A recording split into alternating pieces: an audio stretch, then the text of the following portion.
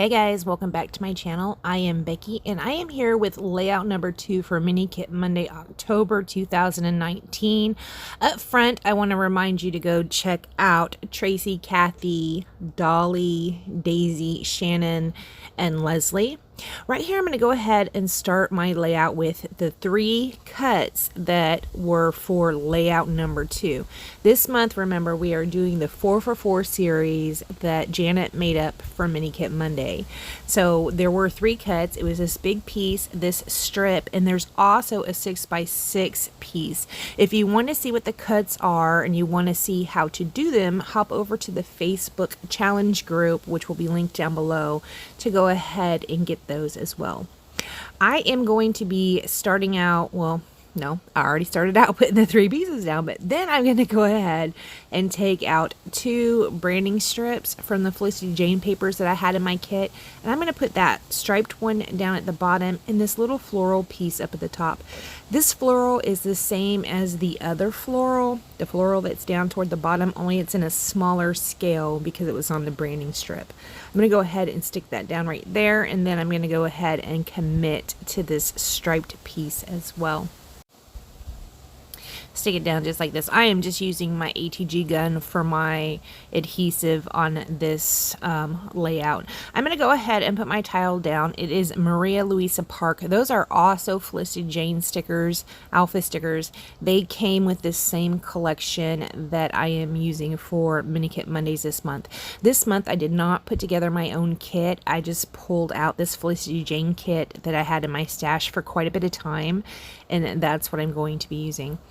I do take this little photo block that I put together. This is, these are photos that were taken in Maria Luisa Park, and that is in Spain, Seville, Spain, or Sevilla. Right here, I'm going to go ahead and put some foam tape under the lady. All of Felicity Jane kits have some kind of female figure in them. I usually put those on cards, but in this instance, I'm actually going to put it on a layout. Now, I did not ride a bike in this park. I wished I would have, but I did not. I am then going to go through the die cuts that are in this collection. Guys, I am so sorry for all the stops. I am, excuse me, experiencing a sneezing fit. October, gotta love it. Fall allergies, yep. Okay, so I did really want to use a tag on this, and I don't really want to use that one. So I'm going to go ahead and take this 3x4 card and just cut it down a little bit. I'm going to make my own tag with it. I will cut off this corner, flip it over, and cut off the opposite corner.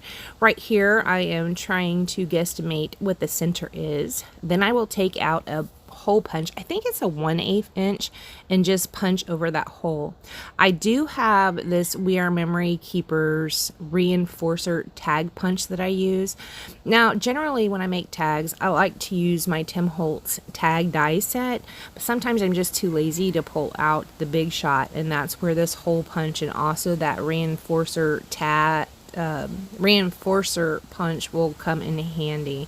So you can see right there I have myself a nice little tag going. I do make a bow with some crochet thread, and I'm just going to put that down in the center of that tag hole.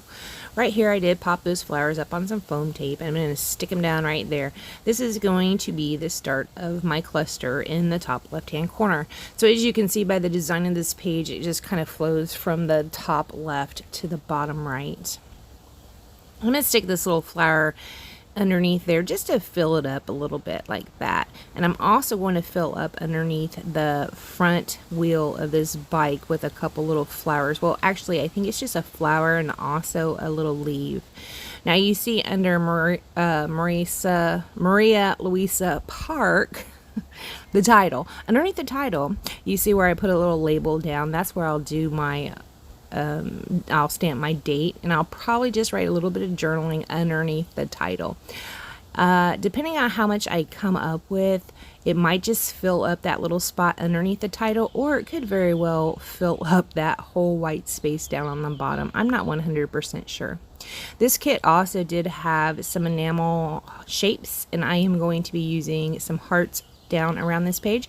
After I do that, I am going to pull out my watercolors that I stuck into this kit, and I'm going to give those a little bit of a splatter around the page. It's a copper is what I'm using, and if you look at the close-ups, it's really cool because they kind of have dimension when you splatter them down. If you have added enough water into it and you get some consistency of that watercolor up on your brush, it's kind of like it's a creamy consistency, but when it dries a little bit dimensional. I love those things.